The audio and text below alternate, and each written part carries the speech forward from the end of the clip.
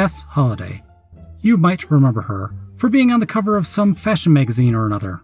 She tweeted, "To everyone that keeps saying you're looking healthy lately or you're losing weight, keep it up. Don't comment on my weight or perceived health. Keep it to yourself. Thanks." To be honest, that tweet didn't bother me at all, but it led to some interesting conversations. It's a mixed bag. One was with the minor YouTube celebrity Marc Lobliner. Marc Lobliner, CEO. If you haven't heard of him, it's not a big deal. He's not huge. "Tess, people are cheering you on for you saving your own life. Thank them. Don't tell them to stop. Obesity kills millions of people each year. You losing weight could save thousands, if not millions, of lives. Be the example." Tess Holliday replied, "Hey Marc, I'm literally talking about being in recovery for an eating disorder, and you're saying I need to save my own life? I think those juicy vitamins have made your brain mush. Boom! Get some medical help for that. Be an example." Marc Lobliner, "Damn, Tess, I was being encouraging, and you insult me? Not being mean, but you're the last person who should be suggesting medical help. I wish you all the best." Tess Holliday, "Where did I miss that you were encouraging me when you were telling a stranger on the internet what they should do with their body?" Marc, "You're obviously very bitter because someone who takes control of their life and doesn't overeat is encouraging you to accept praise for your recent results. I really wish that you would help people by demonstrating that anyone can lose weight."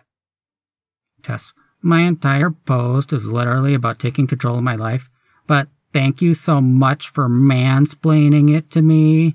I truly hope that you get the help you need, because you are clearly mentally unwell. Best." Marc, "This fat acceptance movement is literally killing people by the thousands, if not millions. If one person you set the example and lost weight, it would save many lives." Boy, after reading that, I sure felt like both people are trying to improve their careers by drumming up a little controversy. What do you think?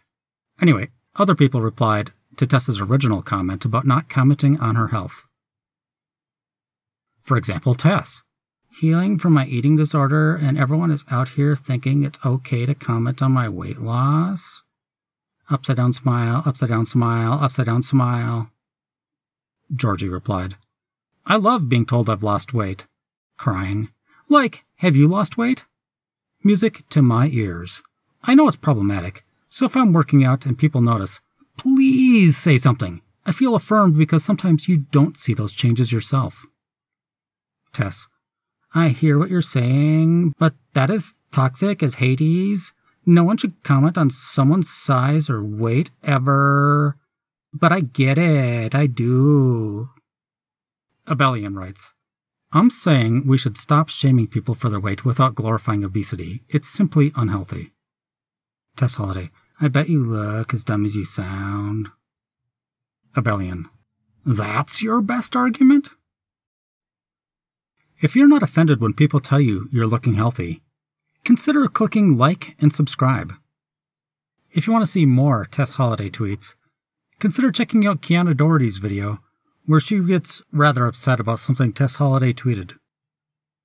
While I was browsing on YouTube, I got hit by this hilarious video. At this very moment, you may have up to 20 pounds of poop trapped inside your digestive system. Oh mein Gott! If you really think you have that much backed up in your body, please go to the emergency room right away.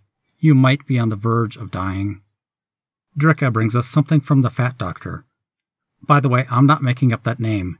The doctor herself calls herself the Fat Doctor. I have said in the past that I do not believe that obesity is a disease. It pathologizes fatness. Is baldness a disease? Nope. Weight loss is never the answer. Miss RX replied, "Isn't androgenetic alopecia, male pattern baldness, a disease along with alopecia areata, which is an autoimmune condition?" ECW, name redacted, She's a doctor. Are you a doctor, aren't you? I don't know.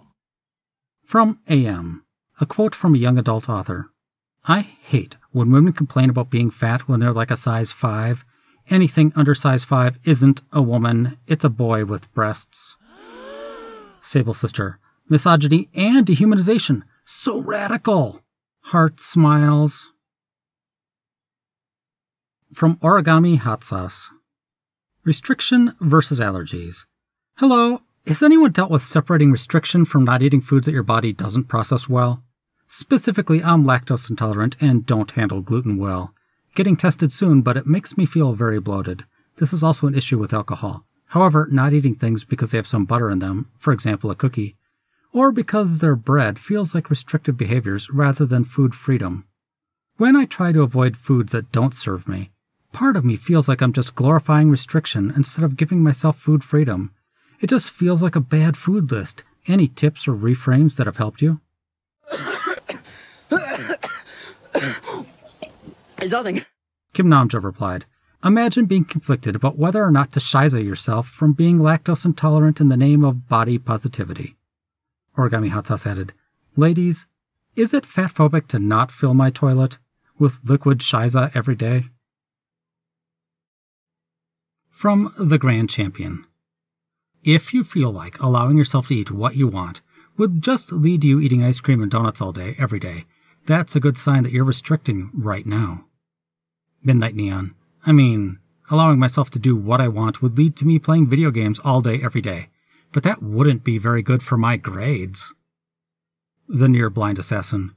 You're restricting right now. Your body needs what it needs. Fick your ableist instructors for not realizing you have to be mind positive. The Grand Champion added, I have to be income positive and ignore my work. From Captain Cork, we have an excerpt. Then you have to show me how fatness impairs it. I suppose you could make an argument that fatness impairs function in some people. I once spoke to a man who put it very bluntly. He said, at one stage, I was incapable of wiping my own backside, and that made me stop and take note. I suppose it is possible for your body habitus to impair your function, but I always supposed that this was something that could be fixed by improving flexibility or stamina, rather than just by losing weight. Eves Drew replied, I mean, you could always grow your arms extra long as well if you try hard enough.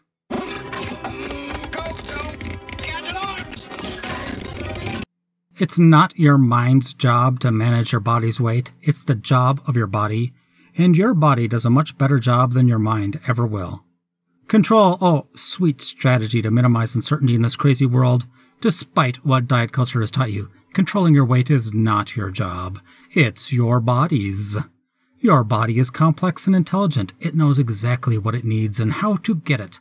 We accept that our body is able to regulate all other functions like breathing, temperature, etc. Yet, we reluctantly take the passenger seat when it comes to weight. Not a potato. You wear clothes, don't you? Pretty sure that's often to help regulate temperature. Albuquerque Mom. And shoes for that matter. Why don't you intuitively trust your feet? And shouldn't we be intuitively trusting Godzilla to know which buildings to destroy? From Axebomb. Honestly, I used to count calories, fat intake, work out till I felt like I was going to die, and I gained weight to almost 600 pounds. I finally gave up and did and ate what I wanted and have lost about 400 pounds. The doctors say it was because my body was physically and mentally stressed and thought it was dying and going to starve the way I pushed myself, so it held on to everything it could. Sometimes weight gain isn't about what you eat or how much you don't work out. There are so many other factors, and for people to think all fat people are glutinous. Ice Cream in Winter replied to that part, as a celiac, I have to avoid glutinous people. There are so many other factors, and for people to think that all fat people are glutinous is the problem of why some people with the problem never try to find out what's actually going on when they are struggling. That's why I love seeing things like this. OCR Amazon replied, this is like saying, I had trouble sleeping, so I tried counting sheep. I got up to 100,000 one night and still nothing. Obviously, this doesn't work. Special shout out to Hannah McNally at the Mega Supporter level and Daniel Korov at the Super Supporter level for helping me to bring you this video. From Jarvis, drop my needle. You can't get rid of your belly pouch. It is a vital spot for your reproductive organs to stay safe, and it is completely normal. Stop trying to get rid of it and embrace it. And y'all gotta stop fudging spreading lies. Kangaroo replied, To be fair, the OP might be a kangaroo. Yadira Miklet, Well, your username checks out. I Like Chicken brings us, If you are receiving your education about fatness from a non-fat person, then your education is incomplete and most likely incorrect. Missing in a Ruler replies, Oh, darn, none of my veterinary technician professors were actually animals. Be right back, throwing my degree in the trash.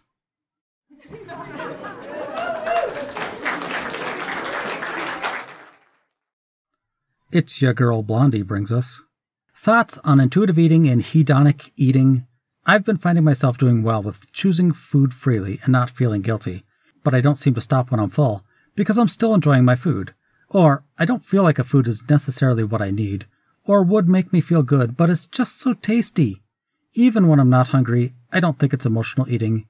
It's really pretty straightforward hedonic eating. I feel like this may sabotage my intuitive eating path. Love Renbal replies, unashamedly stealing the term hedonic eating. I like the mental image of me eating a whole box of vanilla wafers while sprawled across the chaise lounge monologuing about human folly. Blutarg, did you ever see Hedonist Bot from Futurama? Here's a small clip for you heathens who haven't seen it. Jambi, the chocolate icing! From Ginger Kitty Cat, I don't think the aim is to promote morbid obesity, but to show rather inclusivity. You can be fat and be healthy. Pretty certain people like Tess and Lizzo are vegan and work out a lot. Colorful Snowflake replied, I lived with a man that was vegan and obese for many years. Olive oil might be good for you in small quantities, but you shouldn't pour it on your food if you're obese. Or thin, for that matter. I wanted to put a short clip here of ShoeNice22 chugging a bottle of olive oil, but I feel like for some reason that would get a community strike, because YouTube is weird. So, here's a picture of him about to drink it. Don't do this yourself, by the way. And here's a picture of how miserable he looks after drinking it. You'll have to imagine the 10 seconds in between where he chugs an entire bottle. Or don't imagine it if you want to hold on to your lunch. From Milk. Thin privilege is also menstruating directly into a pad and not having the blood have a channel through which to travel so that you get sudden gushes out the front and back depending on your position. This has been one of the most difficult transitions for me as I've continued to size up. Oh my god, yeah! I don't get my period anymore, but when mine started, I always had to wear overnight pads, and during the actual nighttime, I had to wear 2. Fitzel. Well, what? I fluctuate between 120 and 130, and I have the same problem. I think they've idealized healthy weighted people's lives too much. As this old commercial shows, this has been a problem for a long time. This'll sound familiar. You get your period, you ruin your... From Laura. Blank says, gluttony is consumption that harms your neighbor. It's about bigger things than food. Consumption that harms your neighbor is about fighting for a living wage and fair working conditions for the people who harvest the food we all eat, and so much more. We are all complicit in consumption that harms our neighbors, but we have to make systemic changes to change that. Overeating isn't really a thing, y'all. People need all different levels of energy specific to them. Don't restrict yourself to someone's eating plan. You're probably both not eating enough to sustain you, sad face.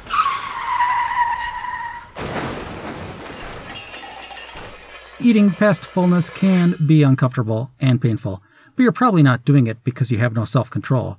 Your body is trying to keep you safe. Heart. From Cookie Monster Eats Me. Only 2 a day for a flatter stomach. It's a picture of a glass with some stuff in it. 1 cup baby spinach, a half a cucumber, 1 cup water, and 1 peeled banana. Wait a second. If it says 1 peeled banana, that means she had one of her customers try an unpeeled banana and has to make it clear so nobody makes the same mistake again. Poof. The one and only replied, or you could, I don't know, drink the water and eat the banana, then save the cucumber and spinach to put in your lunch salad along with some other nice veggies. Makes more sense than forcing down a slurry of nastiness than trying to avoid eating all day. Cookie Monster Eats Me added, No, you don't understand. This special concoction will make your stomach flat. Hail science! From Benincula. Yep, I have a better chance of winning the lottery than I do of losing and keeping weight off. My body wants to be what my body wants to be. Makika replied, Today I learned all I need to do to win the lottery is to want to win the lottery. I'm a little French press added, I've been trying to win the lottery for years, too. Maybe I should buy a ticket. Not really. Maybe. It's classified. Dialiana brings us. Losing weight should never be the main goal of your life because you will miss out on a lot. Talking to all fat teenagers, you will miss out on exploring your, word I can't say, your gender expression, your political views, friends, and just being a teenager. I know why the caged bird sings replied, I remember caring about politics, then I lost weight, and boom, nothing changed. Sorry, what was I saying? From Urban Turban for the win. OP, it's imperative to understand that weight is not the cause of health issues.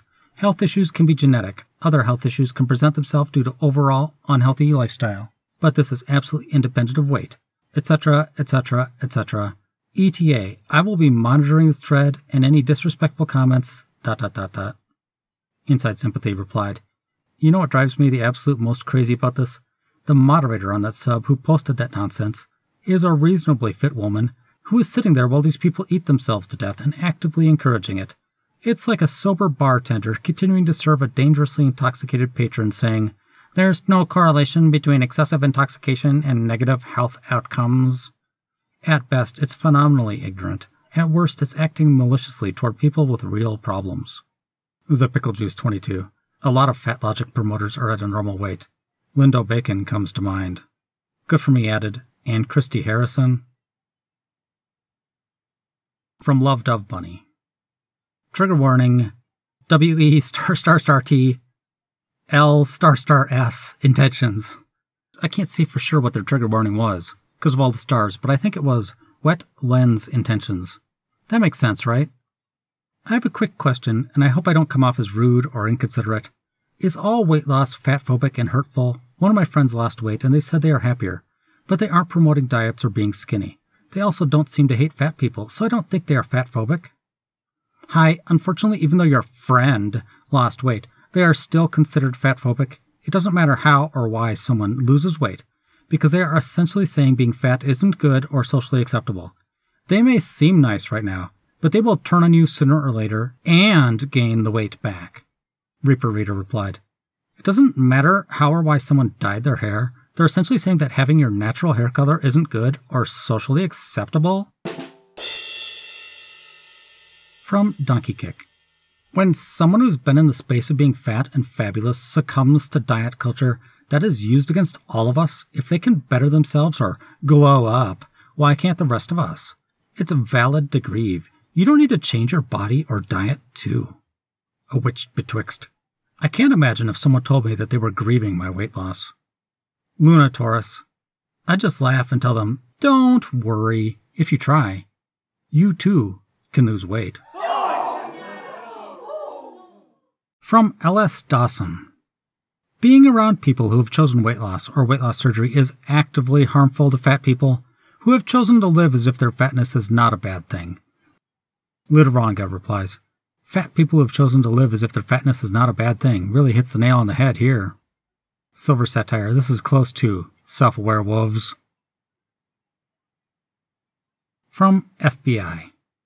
When I weigh myself, I'm 150. When I go to the doctors, I'm 175 because I've had multiple meals and usually a heavy outfit. Someone replies, You gained 25 pounds from putting on clothes and eating.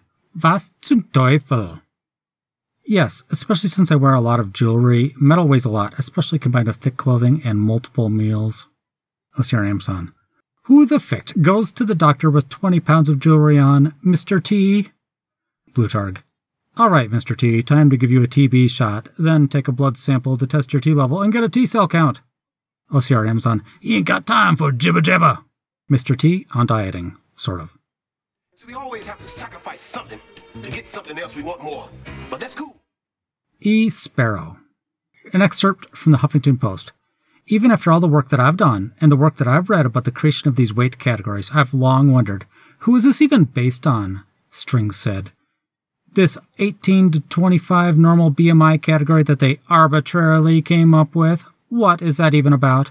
There's something strange about that. I feel almost certain that they were not researching people in places like Samoa, where people can be healthier at even heavier weights. An excerpt from medicine.yale.edu. And in recent decades, the Samoans have suffered some of the highest rates of obesity, diabetes, and heart disease in the world. In the early 2000s, the adult overweight and obesity rate in the territory was nearly universal at 93%, while the rate for children was close to 45%. Nearly 1 in 3 adults in American Samoa has diabetes. The more you know. From Pink Pugita. Are you really sure you can't get diabetes from having too much sugar? I thought that's what causes one of the types. Sorry, I'm just confused. Apologies if you don't accept questions about this, by the way. Feel free to delete. That's just one of my big fears, you know? You may want to research healthism. Much of our health cannot be controlled, but we're told if we do this, buy this, eat that, then we'll be healthy. That isn't true.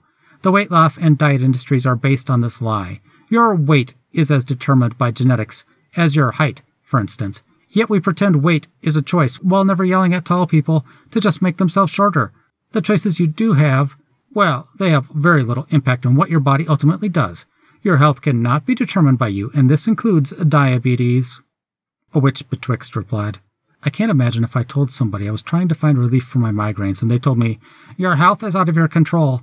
Actually, I can imagine that, because the first time a doctor told me that it's a chronic condition I might have for the rest of my life, I got horribly depressed. This is such a cruel lie. It's already frustrating enough to have a health concern, especially a chronic one, without somebody sprinkling this defeatist Kuhscheiße on top. Sullen Avalanche brings us one that's closely related. A lot of disorders people assume are fat-related are also equally caused by height. Yet ain't nobody coming for tall people. I don't read my mail, replied. Good guess, but actually no. My doctor told me my height is partly responsible for my knee and foot problems. But since there's no way to alter my adult height, I focus on what I can affect, my weight. I actually try to keep myself extra lean, BMI 19 to 20-ish instead of 22 to 23, specifically because I'm tall. I've learned I need to limit the absolute amount of weight on my joints. From Manson. Whining about your fear of being fat is an insult to those who don't have the societal advantage of being thin, says one guy. And then the little skull by his feet, you can't tell it's a skull, but it is, says, check your fat phobia, check your thin privilege. 76 before 84. What is with the skull on the ground? Listless. Alas, poor Yorick, I knew him, Horatio, a fellow of infinite appetite, of most excellent fancy. He hath borne me on his back to McDonald's 1,000 times, and now he abhorred in my imagination. It is that he's gripping over imaginary grievances like fat phobia and thin privilege. Anne B. added, whether 'tis nobler in the mind to suffer the slings and arrows of outrageous fatness, or to take arms against the sea of fat phobes, and by opposing end them, to die, to eat no more. Ordinary Appearance brings us another of these cartoons. We are being misled for profit. The skull says, the diet industry is worth 66 billion. Book Hermit replies, as usual, they are half right. The diet industry wants to sell you the one and only product that will cause weight loss, because people desperately want to buy weight loss, instead of exercising discipline and cooking their own food. Skinny diarrhea teas, supplements, pre-made health food meals, and saran wrap smeared with hemorrhoid cream are all evidence of our lazy consumer culture. Why work for stuff when you can just buy it, right? And you'll never guess what company owns Jenny Craig and Lean Cuisine. It's also the one that owns DiGiorno Pizza, Kit Kats, and Hot Pockets. They sell you the convenient unhealthy caca and the convenient healthy caca that's supposedly going to take the weight off. They are the same target market. Old Somnia adds, I saw an ad for some metabolism booster for GNC. Claimed to burn more calories, increase exercise energy, etc. I thought it had to be Kuhscheiße, so I looked it up. Had a bunch of bro science Kuhscheiße until I scrolled to the bottom and saw that it contained 300 milligrams of caffeine. I'm like, well, yeah, that'll boost your metabolism and energy levels. From Glorificus. A UCLA study found that 54 million Americans categorized as obese or overweight, according to BMI, are in fact healthy. Many people see obesity as a death sentence, said A. Janet Tomiyama, an assistant professor of psychology at the UCLA College and the study's lead author. But data shows that there are tens of millions of people who are overweight and obese and perfectly healthy. I hate Melvin replied, "Life is a death sentence. As soon as you're born, your time is running out. I say that not to prove that it is pointless, but to consider making the most of your time, which includes prioritizing your health and maximizing your quality of life." From Alfaba. Why is it that when a thin person defies the calorie in, calorie out rule by stuffing their faces with junk food all day and sitting on their butts, everyone just accepts it as being a totally natural occurrence? Yet if a fat person defies the calorie in, calorie out rule by eating small portions of healthy foods, while extremely active, suddenly everyone's a scientist claiming that that mean old fatty must be lying. Arkin Van Helsing replied, "Let's assume the skinny thing person is true. It's not. Let's say they have a severely defective lower intestinal system and don't absorb all the calories they consume. Sounds awful, and the shiza would be painful. That would mean her calories absorbed are less and she isn't defying anything. For the fat person, there's no way to get the extra energy to store than by eating it. She's either lying or making a mistake about what she's eating and expending. Everyone makes mistakes in something." From Mature. Today I learned that all the diet information online isn't true and that you can find out which foods are best for you. We recommend food based on your genes to help you eat smarter and live healthier. What I want to know is whose gene and how does he know what I need to eat? All the snacks brings us. You just need to consume less calories than you burn in a day. There's no real secret to it, even if your fad diet likes to pretend there is. This is a calorie counting group that I love. I've lost 30 pounds as of today. And she links it. Someone replies, "This has actually been proven false by science. Our bodies adapt to the calories we consume and change the metabolism to maintain. Gaining is from how our hormones are reacting to the food we eat and our lifestyle." Someone else, "Yep, it's about insulin resistance. Look for videos by Dr. Jason Fung." Captain Trips, "I have read Jason Fung's book, and he even said himself, calories in, calories out is true." Right? And that's the problem, right? From Sullen Avalanche. Someone writes, "You are allowed to stay fat." Someone replies, "Yes, of course I am, but I wasn't happy, healthy, and had multiple health issues. Who wants that?" Those health issues are not exclusive to fat people. Shrinking your body doesn't guarantee that you'll be cured of any of these issues. B. Arthur's Wardrobe replied, "I had a morbidly obese family member tell me with full conviction that they weren't any more likely to get type 2 diabetes than a non-obese person because only a very small percentage of people have it. I tried to explain you increase your risk when you're obese and was met with a blank stare. Like, no understanding of the concept of risk and what factors increase risk." You can't fix stupid. Lily the Breadwinner brings us. Someone writes, "Normalizing obesity is dangerous. How about y'all normalize minding your fickin' business?" Yes, being fat is very unhealthy. People who say being fat is fine have never been fat in their lives or are fat and are lying to themselves, and they don't know, like I did, how unhealthy they are.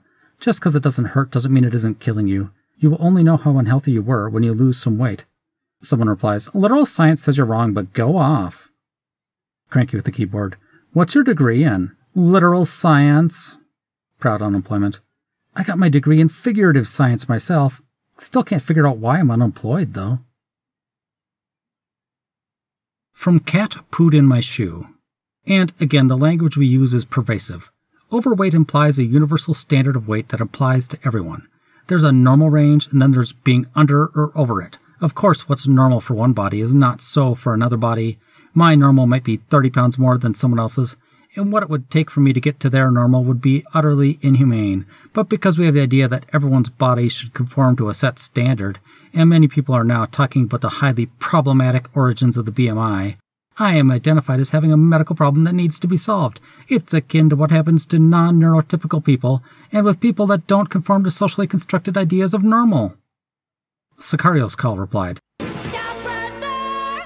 As someone who's autistic, this person can fick right off. I didn't choose to be autistic. It's part of who I am. But I did choose to eat so much chocolate, and to be so inactive that I became overweight. One of these things I can fix, the other I cannot. Conflating the two is a massive insult to disabled people. Cat pooed in my shoe brings us. Friendly reminder that lifestyle change is just a code for diet.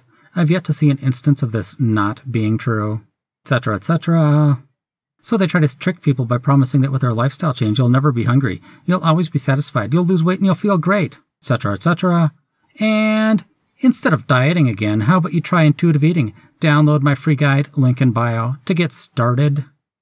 Free guides are always advertising to get you to buy something else.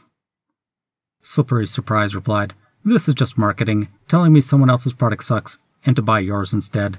You're just as bad as the rest of the diets." Nobody ever got rich being honest. Waddle D brings us, "Believe it or not, fatness is not caused by eating too much. Thinking emoji, scratching chin emoji, shocked emoji. I know, right? Shocking." Perhaps blank needs to invest some of that money it makes off the British public into educating their staff on the causes of weight gain, because clearly they haven't got the memo. One of the biggest lies the world is being told. Weight gain is caused by weight cycling and dieting, among other things. Junk food is not the problem. The weight loss industry is the problem, and my guess is the weight loss industry is making substantial donations to blank. Cranky with the keyboard. Defending the very industry, keeping them addicted to its product. Kasayan replied to the part that said, weight gain is caused by weight cycling. And weight cycling includes weight gain, so weight gain is caused by weight gain. Circular fat logic. From Captain Cork. But what happens to our bodies, our oh-so-clever bodies, when we restrict and diet? Our clever bodies that were made to protect us from any harm see every diet as an attack and will try and protect us by following it with a binge-eating session. Cries in Planes and Trains replies to the part that says our clever bodies that were made to protect us from any harm. So that is why the body chooses to become morbidly obese and take over 10 years of life expectancy with it? Or why, when it becomes obese, it gives us type 2 diabetes, which again takes over 10 years of life expectancy with it? Or makes us slower, so if a bear is chasing you, you end up as dinner? From Jackson Peanut Butter. Once I met a guy in my kickboxing class. The whole class had to do a BMI test at the beginning of the class, and no lie, this 5'3" muscular Chad of a dude had a BMI of only 3%. I didn't even know that was possible at the time. Like, if that dude got stuck in a ravine, even with enough water, he'd probably die of hunger in 3 days instead of the average 7 to 10. Incidentally, mine, 5'10" female, was like 25%, and only one of us was told they had to change, and their BMI was not good, trademark. Can you guess which BMI was seen as more problematic? Can you guess? Super Fighting Robot replied, "She's making it all up. 3% is so little that even pro bodybuilders never get that low. 5% is basically the limit of human leanness unless you're about to die of starvation. Also, you don't need to measure BMI at all. Literally, how much do you weigh? How tall are you? And that's it." From I Like Chicken. Foods you should eat in moderation. It's got a picture of lots of junk food, a burger, and some chips. None. Your body can moderate itself. I'd rather die replied, "Well, maybe your body can moderate itself while consuming foods that were created to be very addictive. Mine cannot." This is dangerous rhetoric for people who tend to binge eat. From Sunflower Dynasty. It's the "I need to lose weight before I get back out there" post-pandemic talk for me. Okay, so what I hear you saying is my size, pre- and post-virus, is unacceptable. Like one shouldn't exist in the outside world with extra weight. Like it's shameful and I should be kept indoors. Cousin Discount replied, "It's the "I need to repair my relationship with my mother" talk for me. Okay, so what I'm hearing you say is that my relationship with my mother, pre- and post-virus, is unacceptable. Like one shouldn't exist in the outside world without talking to their mother. Like it's shameful and I should be kept indoors. P.S. My relationship with my mom is just fine, by the way. From Math Memes. Believe it or not, FatLogic related. Someone tweeted, "Normalize obesity, normalize obesity, normalize obesity, normalize obesity, normalize obesity, normalize obesity." Me, an intellectual. They take the obesity vector and divide it by its length, thereby normalizing obesity. Tweeted by Elvish Presley. Vet, your cat is extremely overweight. What are you feeding him? John Arbuckle. An entire lasagna every day. Vet. You need to stop that immediately. John. But he hates Mondays, lol. Vet. He's gonna die, John. And that brings us to Dechonkers. Our first comes from Fertility Hotel. The first animal is a large black dog. Looks like he might be part bear. The Dechunkification Chronicles. Here is Adele showing off her new harness. Hopefully it'll be too big for her someday. It's a work in progress. We'll probably see a lot more of this dog because she seems to be posting about her every day. And another one from the same dog. The snow is melting and it's muddy and Adele is stoked. Adele looks now very happy. From Skeleton Dude. He posts a picture of his rats. One's gray with black eyes and one's white with pink eyes. They might be overweight, I can't tell. Don't see many rats here, so Gaster and Sans. Males can unfortunately get fat pretty quick, so they're dieting and free roaming more.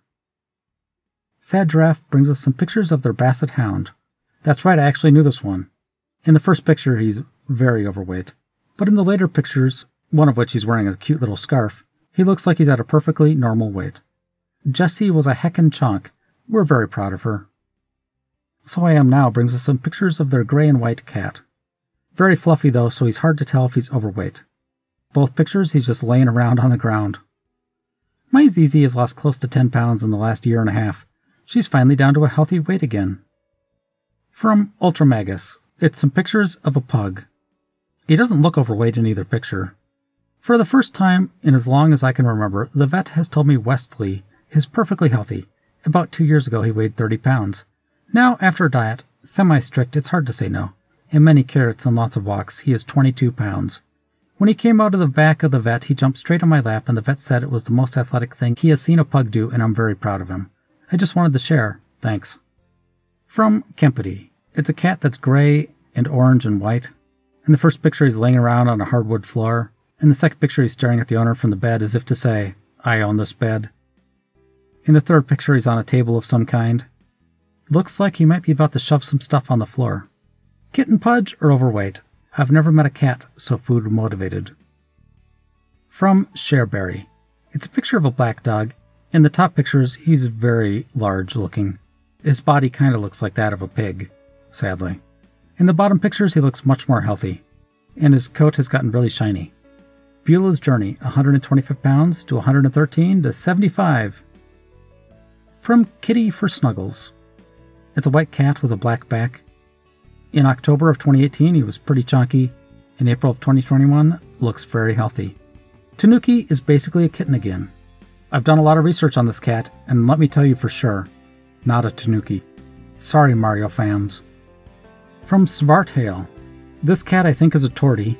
In the first picture he's rather large looking, kinda looks like a rug laying in the first picture. In the second two pictures he looks much more healthy looking. Tortie's progress pics, 18.2 pounds to 10.8 pounds. From Success Story. It's a picture of a black dog with some brown boots and muzzle. In the first picture he's kinda large, and the second one he's a little bit smaller. My neighbors are 95 years old and can no longer walk their dog. She was really overweight when I started walking her regularly about 6 months ago. The picture from the first time I walked her, compared to the picture I took yesterday, confirmed for me that she is definitely losing weight. Unashamedly,